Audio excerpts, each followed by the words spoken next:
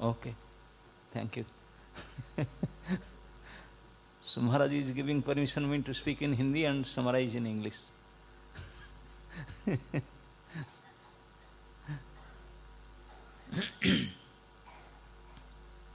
ओम अज्ञानं तिमिरान्धस्य ज्ञानाञ्जनशलाकया चक्षुरुन्मीलितं येन तस्मै श्रीगुरवे नमः। श्रीचैतन्यमनोभीष्टं स्थापितं येन भूतले स्वयं रूपकदा मह्यं ददाति स्वपदान्तिकं।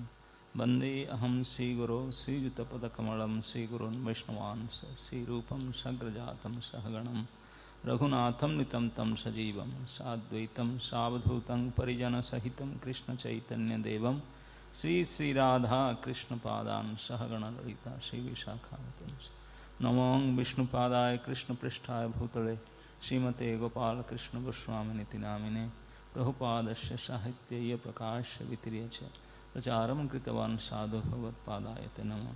नमो विष्णुपादाय कृष्ण पृष्ठाय भूतले श्रीमते भक्ति वेदांत स्वामिनिति नामिने नमस्ते सरस्वती देवे गौरवाणी प्रचारिणे निर्विशेष शून्यवादी पाश्चात्य।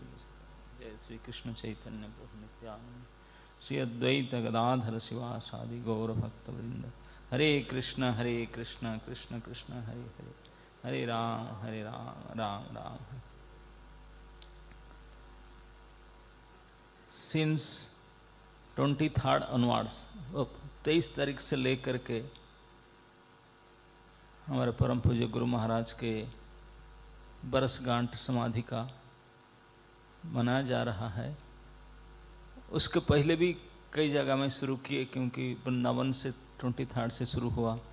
कुछ जगह में वृंदावन आने के लिए वो पहले कर लिए, वो भी ऑनलाइन मुझे बोले थे उनके लिए कुछ भेजने के लिए वीडियो। वृंदावन में भी 3 दिन सुने, और दिल्ली में भी कल महाराज अगरा थे, वहाँ भी हुआ। और उनके कंटिन्यूएशन में आज कुरुक्षेत्र में गुणगान किया जा रहा है। हम केवल साल में एक बार वार्षिक उत्सव के लिए करें ऐसा नहीं। हमारा जो प्रतिदिन मंगल समय में गुरुवाष्टकम गाते हैं, उसमें तो कहा गया है ध्यान स्तुवंस तस्य जस स्त्री संध्याम। प्रतिदिन 3 बार उनको स्मरण करना चाहिए, उनके जस गान करना चाहिए। उनके गुणगान तो दिन में 3 बार होना चाहिए, सुबह दोपहर शाम। और साल में एक बार कुछ ये क्या है। अगर हम शिष्य अपनी शिष्यता का, अमर सफलता का आशा करते हैं, तो we should glorify him 3 times a day, संध्या। और विशेष करके परम पूज्य गोपाल कृष्ण गोस्वामी महाराज के जो विशेषता है, ये कई बार आप लोग देखें, सुने और अनुभव तो बहुत किए हैं कि गुरु महाराज का जो स्पेशलिटी था, जो भगवान चैतन्य महाप्रभु हमको शिक्षा दिए हैं कि अगर you want to be a good devotee, you can chant holy name always, then you should have this 4 qualities with you. नीचता, सहिष्णुता, अमानिता और मानदता। This 4 things. सारे गुणे गुणी हया करह भजन, दिस 4 क्वालिटीज। और सारे गुण के धनी थे गुरु महाराज। कुछ भी करें, आपने आपको कभी प्रोजेक्ट नहीं करते थे। कोई काम करो, मुझे नहीं पता, I don't know, this is not me. हमेशा कैसे भी अपने को जेन्युइनली प्रकाश करते थे। और ये उनका नेचुरल ह्यूमिलिटी था, एक बनावटी ह्यूमिलिटी था नहीं। और यही ह्यूमिलिटी ही उनको सहिष्णुता का गुण दिया था। और कितने बड़े सहिष्णु थे, ये तो आप जितने सभी उनके साथ इंटरेक्शन किए समझे होंगे। जो भी जब से गुरु महाराज इस फील्ड में आए, जो जो उनका साथ इंटरेक्शन किए, सबको पता है उनका सहिष्णुता के बारे में। और अमानिता और मानदता, हम जैसे तुच्छ से तुच्छ सेवक, अधम सेवक को भी अगर कुछ काम के लिए बोलते थे उनका स्टाइल यही था, कभी नाम लेकर सीधा नहीं बोलते जैसे हम लोग बोलते हैं। प्रभु, हम लोग को भी, नए भक्त को भी, प्रभु can you do a favour for me, जितने सरमेंट किसी को पूछो, this is the style of Guru Maharaj. किसी को बोलेंगे प्रभु can you do a favour for me, फिर कुछ बोलेंगे ला सकते हैं, कर सकते हैं। अगर फिर पूछेंगे, आप बोलेंगे are you sure, you don't have any problem, are you sure, 3 बार कंफर्म करेंगे। इतने ह्यूमिलिटी ये हम लोग तो कर ही नहीं पाएंगे, प्रैक्टिस करके हो नहीं सकता। हर एक छोटे छोटे बात के लिए वो उनका मान देने का, जितने छोटे से छोटे नए भक्तों को भी इस प्रकार मान देते थे। और खुद मान जो अमानी होते हैं वही मान दे सकते हैं। कहीं इस प्रकार के दिखावटी करके दूसरे से रिस्पेक्ट लेना गुरु महाराज के चरित्र में इसको नहीं होता था। जो नहीं है नहीं है। तो उनके जीवन में जितने भी व्यक्तित्व उनके साथ में संपर्क में आए हैं, जितने भी लोग संपर्क में आए हैं, सभी ने अनुभव किए हैं कि कितना उनका प्रति ममता, स्नेह। तो उनका गुण ही सहिष्णुता, अमानिता, नम्रता, निश्चयता आदि के गुण सभी को हृदय में टच किया है। ये सब तो था ही, लेकिन ये सर्वोपरि उनको जो गुण था, जो प्रभुपाद जी एक बार कहा करते थे कि अगर पूरे श्लोक बुक में सबसे इंपोर्टेंट श्लोक कौन सा है, कई श्लोक बताए, बहुत सारे। प्रभुपाद जी का मतामत में इंपोर्टेंट श्लोक था, जस्य देवी परा भक्ति जथा देवी तथा गुरु, ये वाला श्लोक था। प्रकाशंति महात्मा, सारे महात्मा लोग यही कहते हैं कि सारे इंपोर्ट, सारे essence of scripture should manifest there who has strong faith in Krishna and similar faith in guru and is one personality.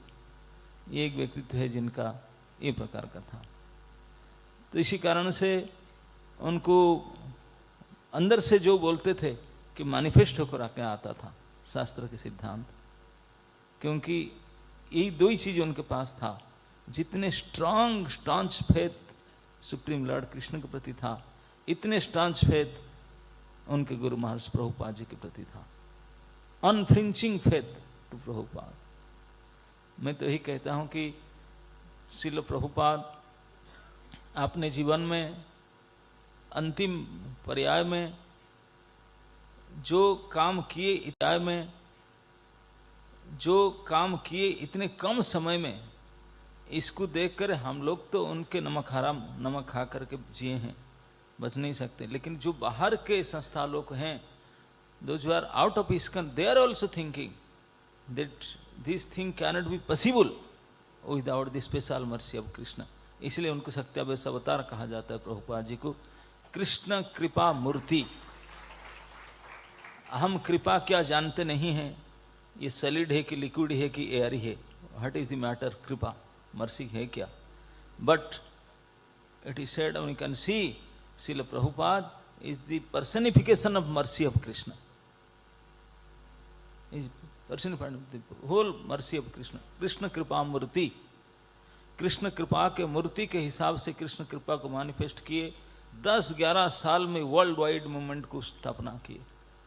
देखो ना, 1966 अगस्त में जब रजिस्ट्री कर रहे थे न्यूयॉर्क में, दो वकील दस्तावेज लेकर आया था, उनको पूछा, Swami ji you want to make international trust, at least we need 11 trustees to sign. Who are the 11 trustees, I know you only.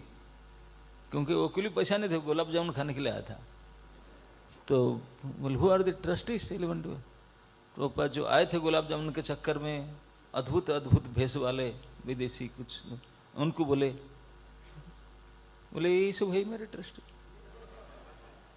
वो वकील साहब ने उनकी ओर देखा मोड़ करके, देख करके प्रभुपाद जी को देखा, बोला Swami ji are they trustworthy?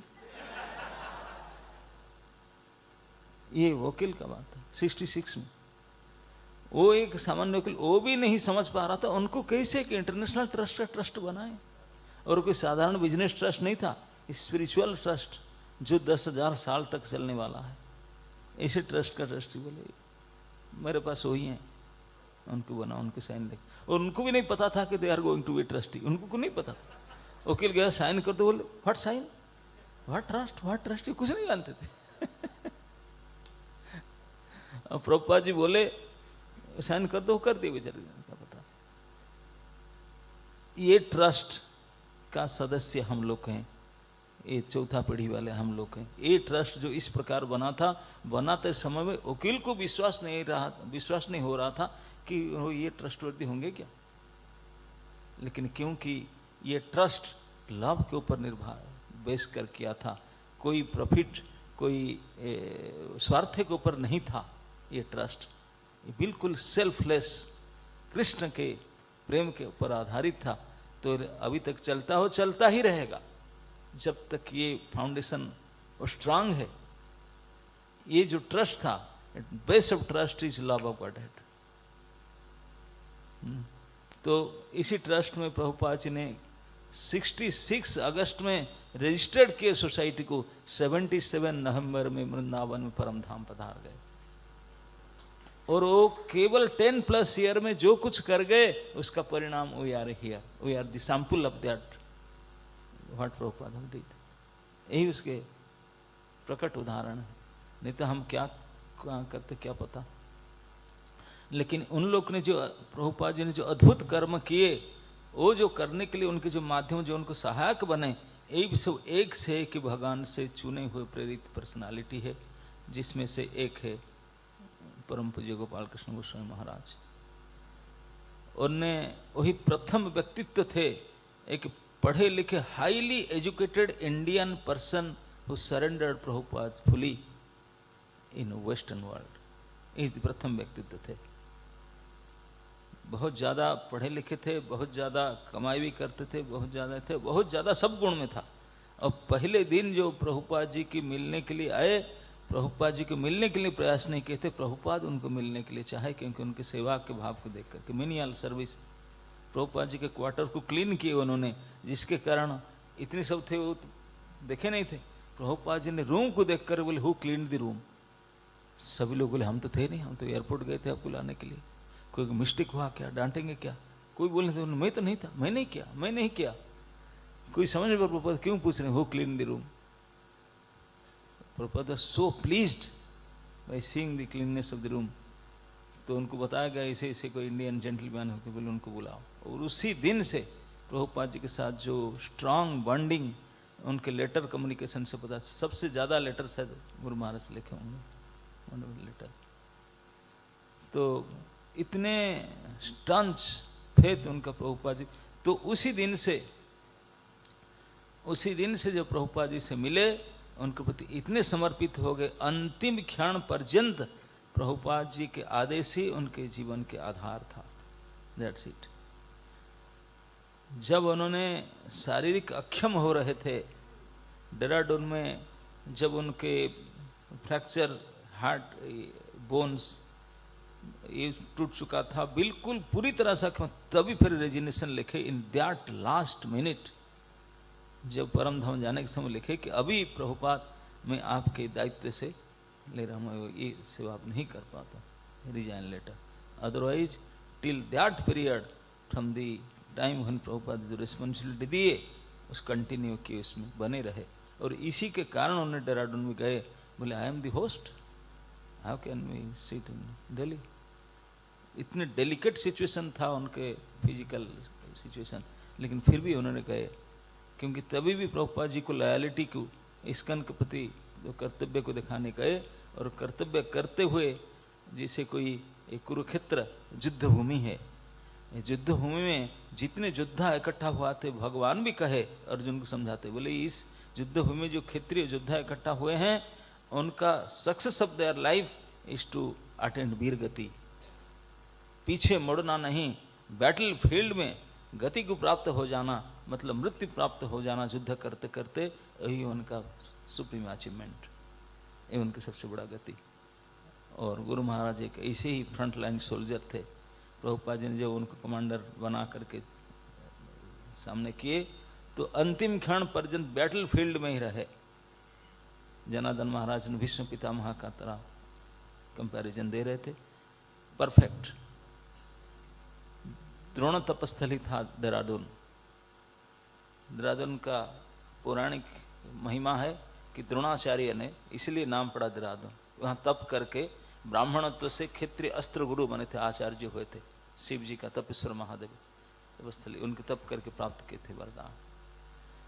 और शास्त्र में आप जब देखेंगे वर्णन आया है, कोई स्थान अगर गंगा और जमुना के बीच मध्यवर्ती इलाका हो, वो सबसे पवित्र और पोटेंट स्पिरिचुअली माना जाएगा। दिस इज नरेटेड इन शास्त्र that a land which is between Ganga and Jamuna, that is the supremely pious land and very spiritually potent land. And Dehradun is the place you can see the map, Jamuna and Ganga in between. Ganga Jamuna के मध्यवर्ती स्थल है, देवभूमि का राजधानी है। उत्तराखंड को हम देवभूमि बोलते हैं। और हम शास्त्र में, शास्त्र यही बोलता है कि अंतिम पर्याय में अब रिनाउंस से उत्तर दिशा पर जाओ।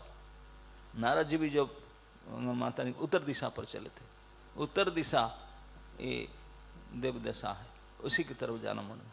तो उसी उत्तरा दिशा में उत्तराखंड का जो देवभूमि का कैपिटल सिटी देहरादून में, और इस्कन के भारत इस्कन का जो टॉप मोस्ट मैनेजमेंट बड़ी वो है इस्कन ब्यूरो मीटिंग को अटेंड करने के लिए, उनको चेयर करने के लिए, ये वाज द चेयरपर्सन, उसको चेयर करने के लिए ऐसे डेलिकेट सिचुएशन में जहाँ शारीरिक बिल्कुल कोई शरीर साथ नहीं देता, इसी स्थिति में पर जा करके मीटिंग को चेयर करके आपने कर्तव्य को निभाते हुए, आपने पूजा और जो भी करना था शालग्राम आदि को सब करते हुए आसान से फिर रेजिग्नेशन लिख करके जाना, ये बिल्कुल लेना और कंप्लीट करके जाना। अगर हठात चले जाते ना लिखते तो बोलते नहीं यार, he has completed his work. Prabhupada ji को आपने सब बताकर रिपोर्ट करके फिर गए उन्होंने। इस प्रकार का महाप्रयाण, यह महाप्रयाण अपने आप की है प्रमाण है, क्योंकि तिथि आए थे, प्रकट होते एकादशी में, गए द्वादशी में। Is complete the journey. इस प्रकार के महाप्रयाण किए थे और किए, और वो तो सब जानते हैं, बना रहेगा। इस प्रकार वीर गति को प्राप्त करके और भक्त गति वृंदावन में समाधि को, फुल बड़ी समाधि वृंदावन में लिए। और इस प्रकार के महापुरुष के गुण गारिमा तो सारे बोलते ही रहेंगे। हम जो उनके साथ थोड़े बहुत भी संपर्कित हुए हैं, हम अनुभव भी किए हैं, अनुभव करते रहेंगे। और जैसे महामान प्रभु जनार्दन महाराज बता रहे थे, मैं भी वही कहता हूँ कि अभी 1 साल पूरा हो गया, उनके व्यक्तिगत उपस्थिति को हम महसूस नहीं कर पाते हैं।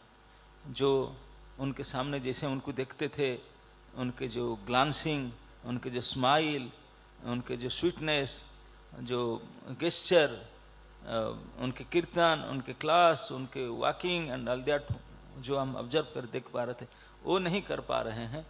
But he is very much there with us always in every step, by his instructions, by his blessings, by his words and all these things. He is always there, and life after life, janme janme guru se always he will be there. Abhi now it is our duty.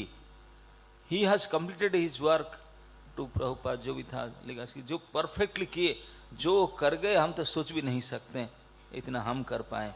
But हमारा आज good disciple, if you want to be a good disciple, so it is our responsibility and our duty now that whatever he has done, whatever he has told us to do, and how much dedication he had for ISKCON and Prabhupada, how much loyalty. So we should be exemplary हम लोग भी इस प्रकार से ऐसे प्रकार दृढ़ प्रतिज्ञा होना चाहिए उनके पुष्प श्रद्धांजलि देते हुए उनके वर्षगांठ में, वार्षिक समाधि उत्सव में, कि हे गुरु महाराज, आप जिसने कर पाए आपके कुछ हिस्सा इस भाव से अगर मैं करूं, ताकि मेरे आचरण मेरे व्यवहार से इस्कॉन के सारे सदस्य मुझे को देख करके मानेंगे हाँ ये उन्हीं की फॉलोअर है, क्यों नहीं ऐसा होगा, आपके आदर्श को गुणगान होगा मेरे चरित्र मेरे काम को देख करके, तभी मैं आपके एक अच्छे शिष्य कहलाने के लिए योग्य बन पाऊंगा। जय श्री गुरु महाराज की।